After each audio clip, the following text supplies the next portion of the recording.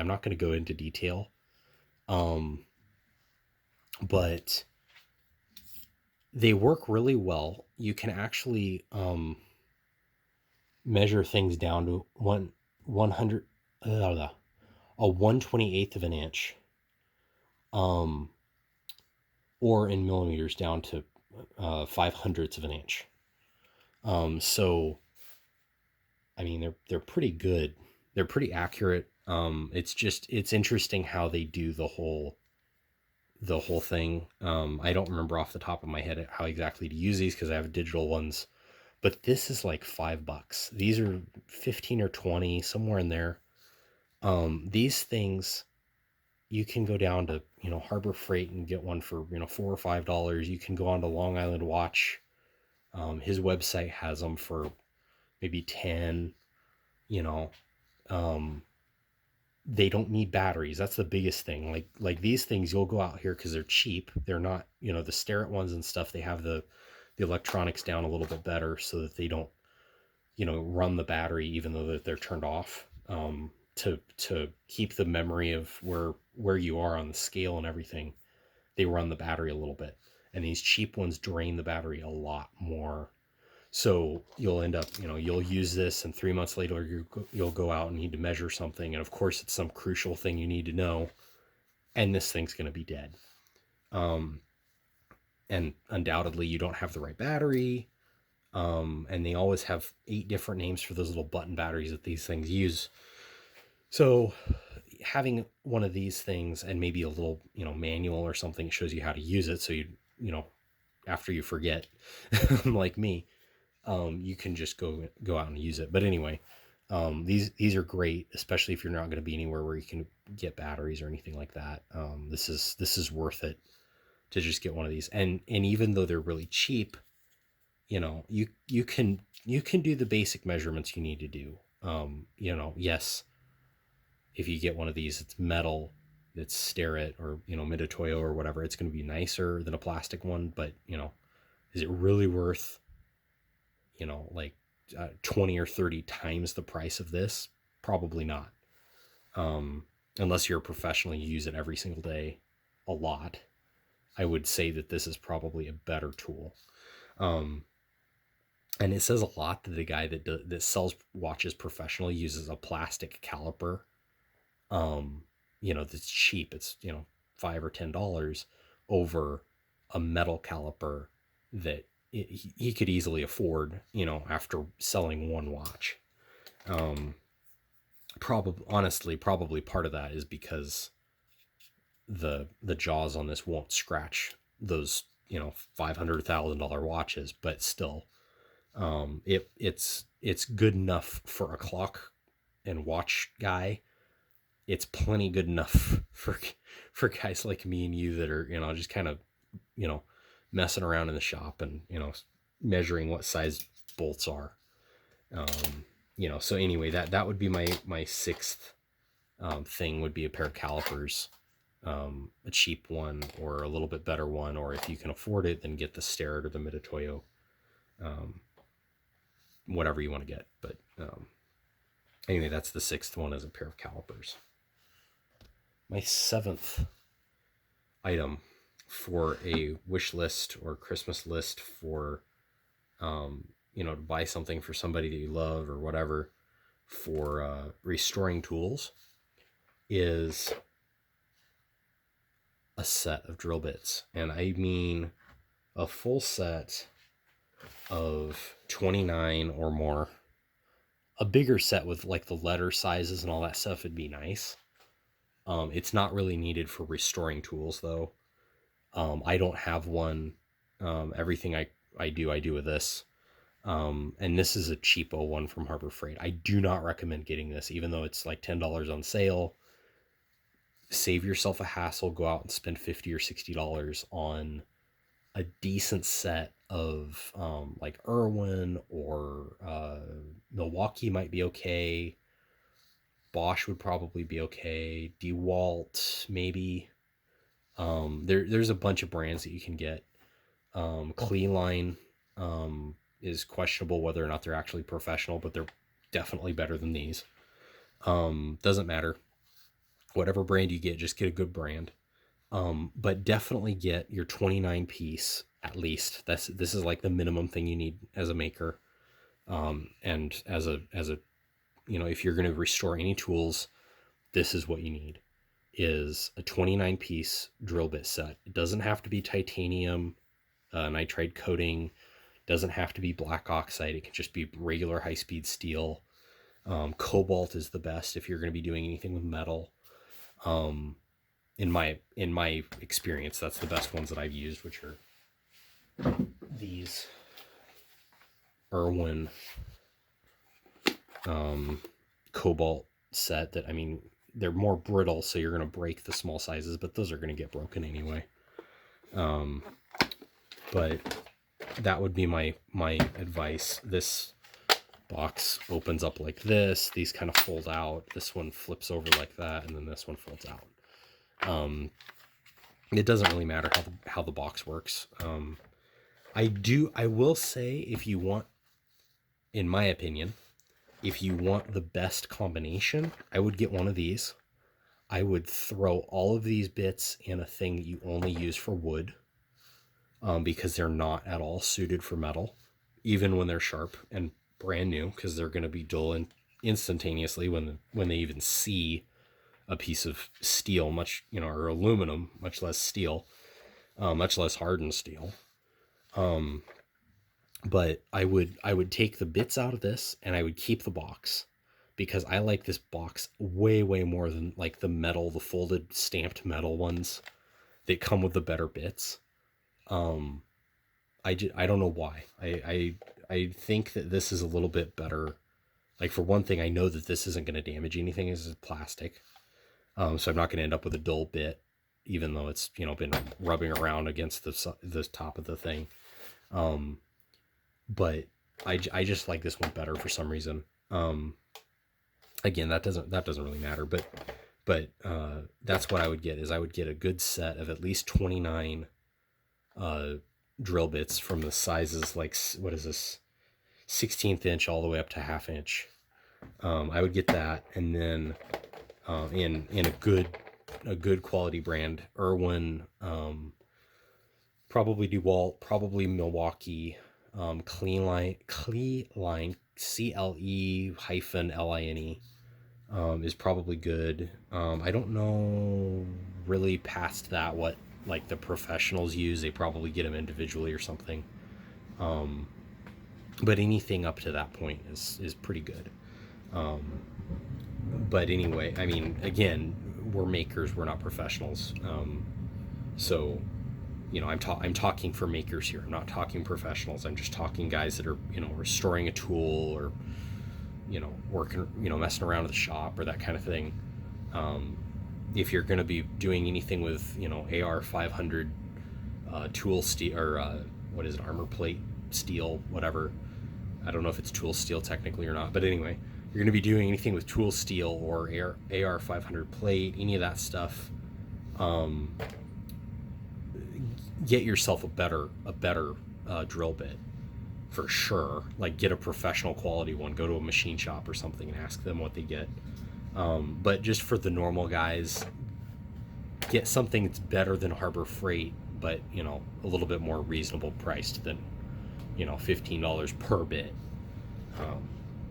But anyway, that's my biggest thing, would be a full set of 29 pieces, that is a graduate. It's stepped. It's not like 29 16th inch bits, but a full set of drill bits with all the sizes in a good brand. And the best ones I have are these Irwins. They're the Cobalt with the C, like the material Cobalt, not the brand Cobalt. Even though I got them at Lowe's, and they're the best that I've used. They're really sharp. They really work They really work well, much better than the titanium ones, titanium coated ones. So that would be my seventh tool for a guy that's restoring, or gal that is restoring any kind of tool or anything like that. My eighth tool. I guess this is a tool. Um, kind of goes along with the drill bits. And it is these bolt extractors. And these are DeWalt. Of course, I'm showing them down here where you can't see nothing. These are DeWalt. And they have the sizes laser etched on there, which I wish it was stamped, because that laser etching is going to wear off eventually. But that's not really that big of a deal for what these do. At least for me, I always play with which one actually fits on the thing the best. Anyway, that doesn't really matter. Now they call these bolt extractors, and the whole idea with it. Of course, I don't have one big enough for that. If we do this, I believe this is the right size. Come on. Need my pliers over here. Get this stupid. Sorry for bumping the camera there. Get this dumb locking washer off of here. Like, it won't come off. Yeah, it won't. at least not with fingers. Come on. I won't lose all those parts. So the idea here is that you play around until you find the one of these things that kind of fits over the bolt head like that. Then you take a hammer, which this is not. Don't use these for this. They're good, but they're not that good. You hammer that down, because say this bolt is stuck in something. You take this, hammer it down, or hammer it down. Then once it's on there, you don't want it cockeyed like that. You want it pretty much straight. Once it's on there, you get your impact driver or your impact wrench if you have one. That'd be better. And you take and you put the impact wrench in there. You put this in your impact driver and put it in here, and it'll impact and it'll pull that out. It's got these kind of wave. I don't know if you can really see that in there. There's a little like a wave pattern. And what that does is it's reverse threaded. So it's not aimed this way, it's aimed this. Basically, it grabs, there's a point, and then it kind of goes up like this. So it grabs and it pulls the head of the screw up as it's twisting, and it goes up to a point, like half an inch in there or something, until it can't go any further. And then it extracts the whole thing. The idea with that is that you can put this, and the reason I got these over a screw extractor kit, because I was actually wanting to take a screw out of something. It was actually one of those really cheap screws that you get with things that strip immediately. And of course it was in a place it was tough to get at, so the person that, went to put it in, was using a power drill. I don't remember what they were using, but anyway, they stripped it out. Totally stripped. No way that it was a Phillips too. That didn't help anything. But totally stripped. No way to get it out other than a screw extractor, or a pair of vice grips for like 15 minutes. So I just went down to Home Depot and I bought this because this was the best one that they had. They had the Ryobi screw extractor or this, and it was like, well, that's a really difficult choice. I wonder which one's better. And then maybe they had like the super stupid priced one that was like a Klein or something that was like $50 for a kit instead of like $30 or something.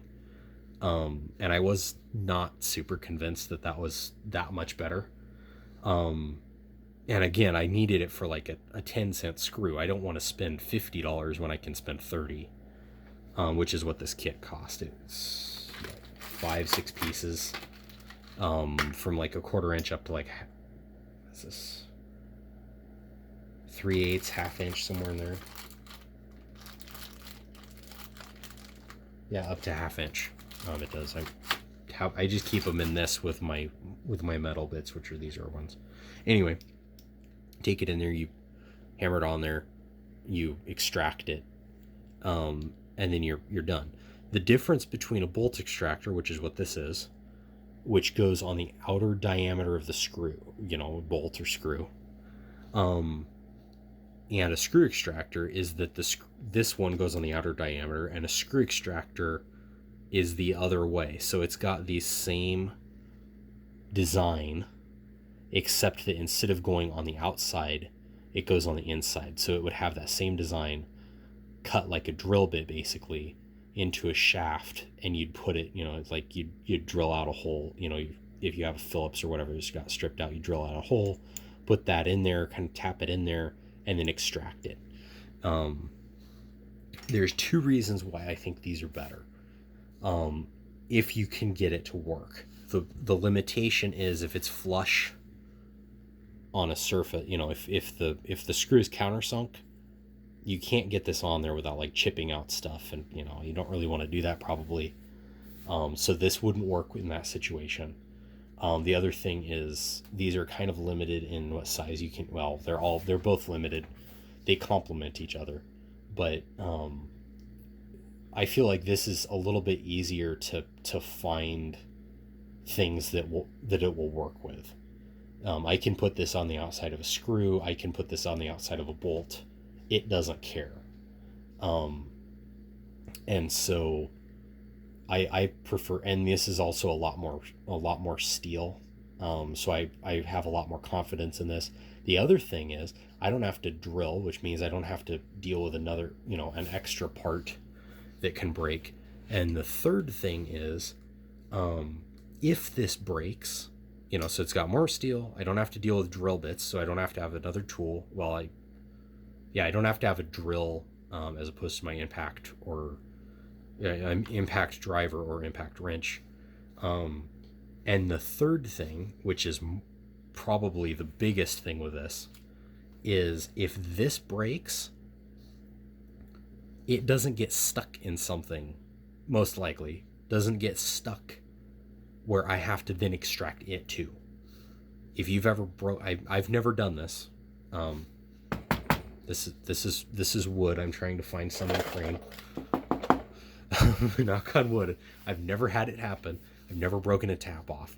Everybody that I've ever heard talk about taps and dies or anything says that is the most horrible thing you could possibly do, is break a tap off in something you need.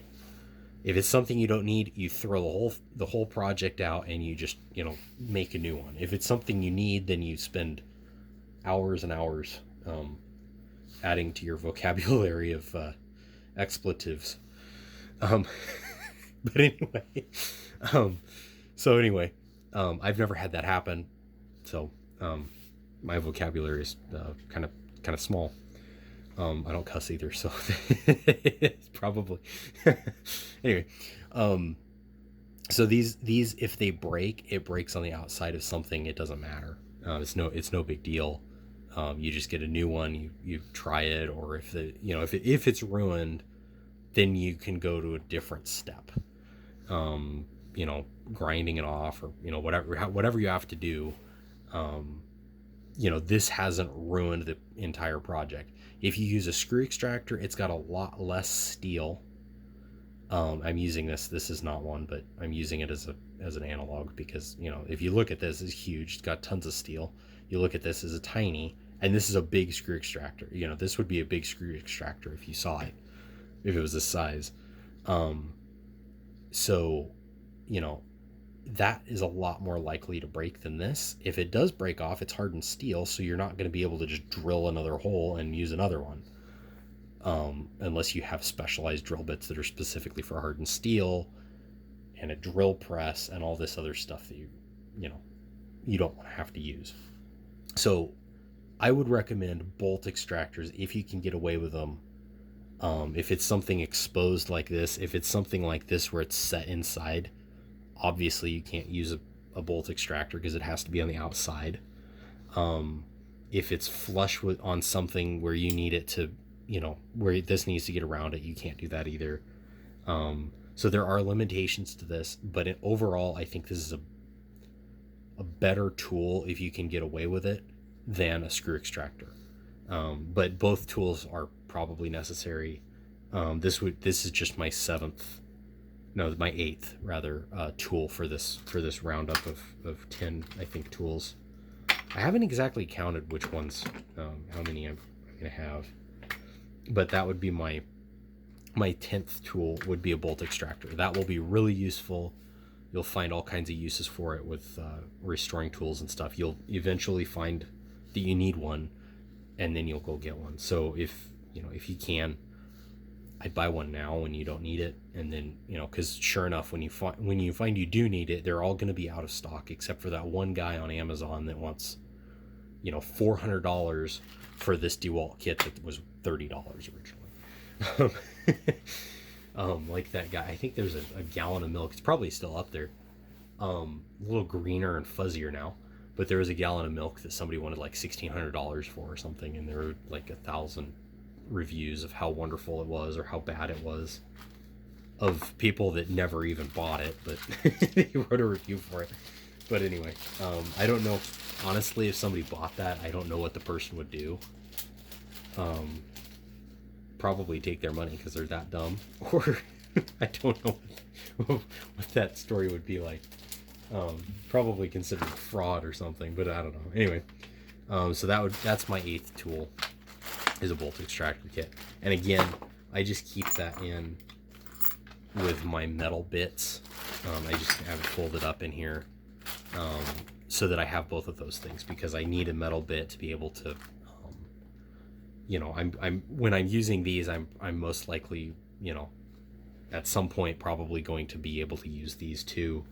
Or if this doesn't work, then I can just drill out the whole bolt or whatever I need to do. I have all this stuff in this like last ditch effort.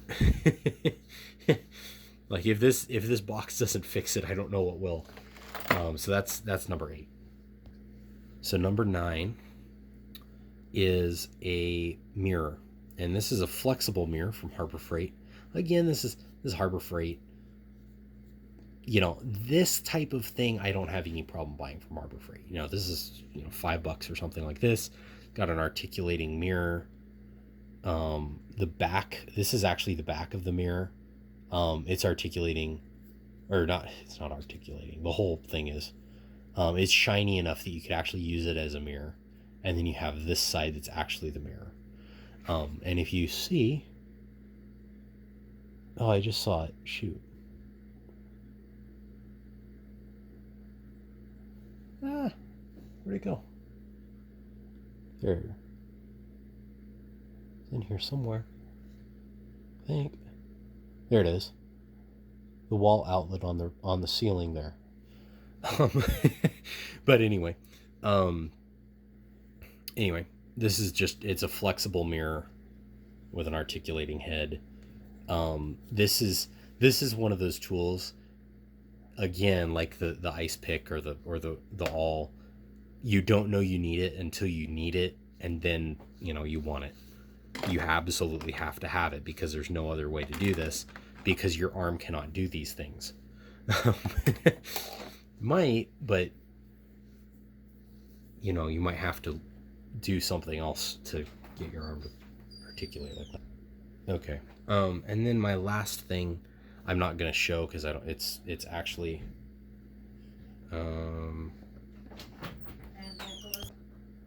okay.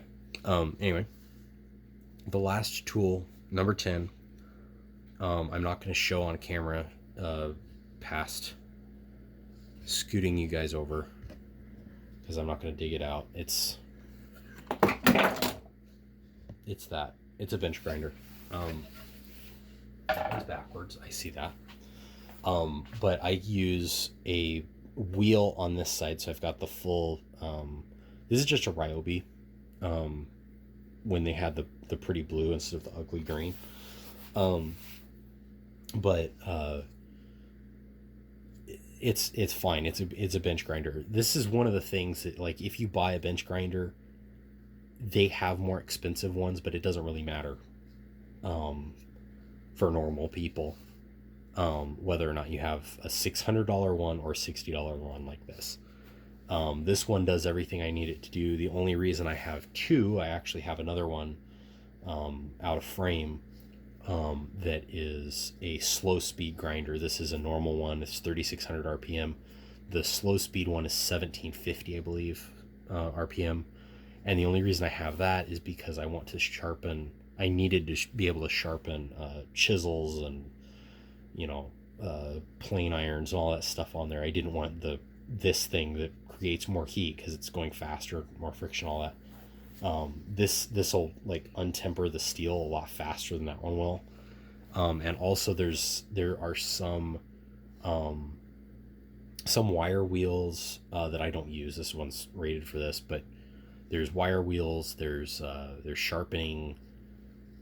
They actually make cardboard sharpening wheels. Literally, all they are layers of cardboard. But anyway, there's different wheels that you can get and stuff that are only supposed to be used on slow speed grinders. Because the forces involved and all that stuff. But so that's why I have two. But the normal one, a normal 3600 RPM one is fine. This one has a light. You don't really need that. In fact, I actually took it off. I had this whole assembly just hanging off the back for the longest time. I just ended up factory deleting that the other day, actually. So I've only got the light on the one side now.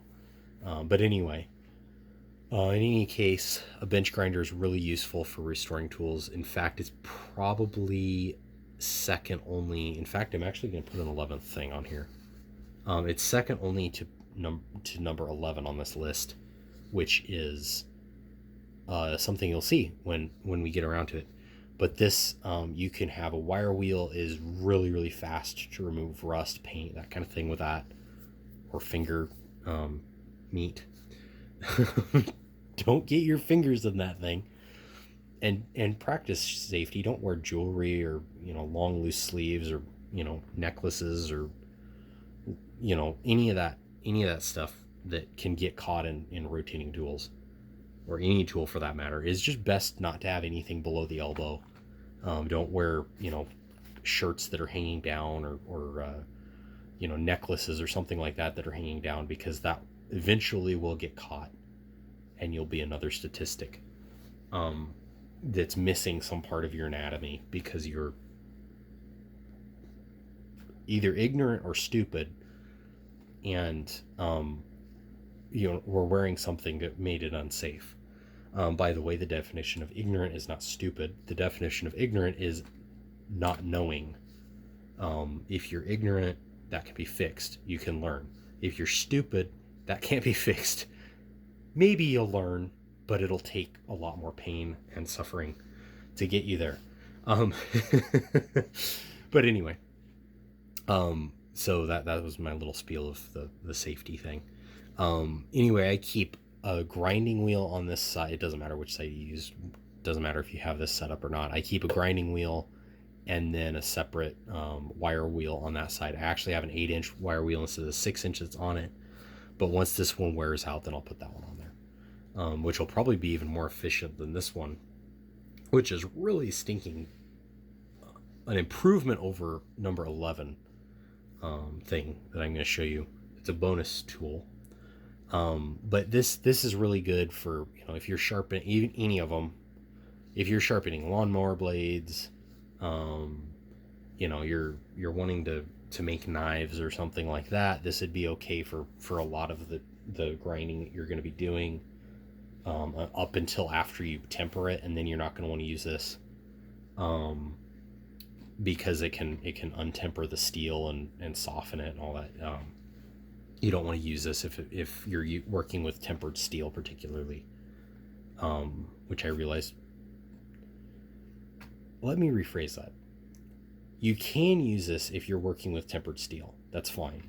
The issue is that you have to cool that steel a lot more. So you're going to have a bucket of water, which you do anyway, a thing of water that you can quench that steel in every couple seconds. Like, you're going to grind.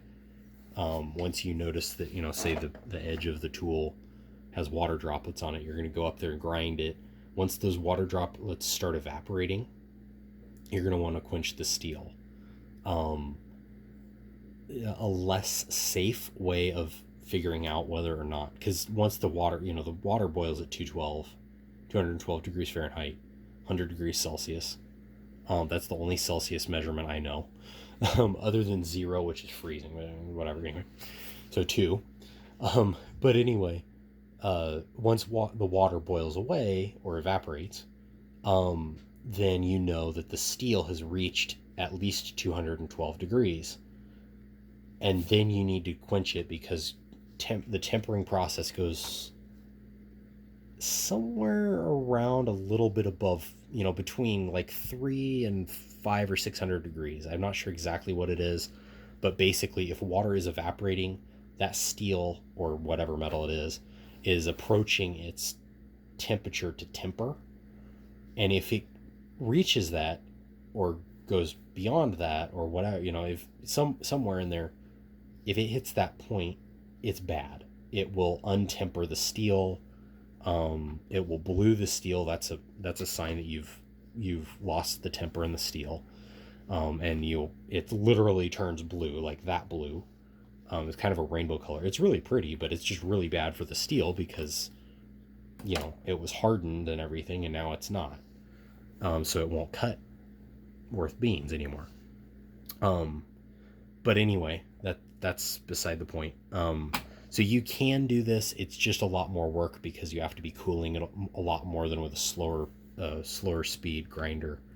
But this is fine for wire wheeling. This is fine for general grinding stuff. If you have to, grind the head of a bolt down or make it thinner, that kind of thing. It doesn't really matter if it loses a little bit of temper. Generally, for what we're using it for. But so that would be my 10th option, my 10th thing on this list of tools that you could get as gifts or just for yourself, for a maker or a woodworker or whatever that works on restoring tools, would be this. And specifically, that wire wheel on one of these is absolutely a life-saving tool. That is going to be your most used tool in tool restorations, is a wire wheel. Whether it's on this or on a drill, which is actually number 11. And I normally use this with the auxiliary handle that attaches here. I think I've shown this in another video, but does not need to have the shavings. No. Playing with my hand planes.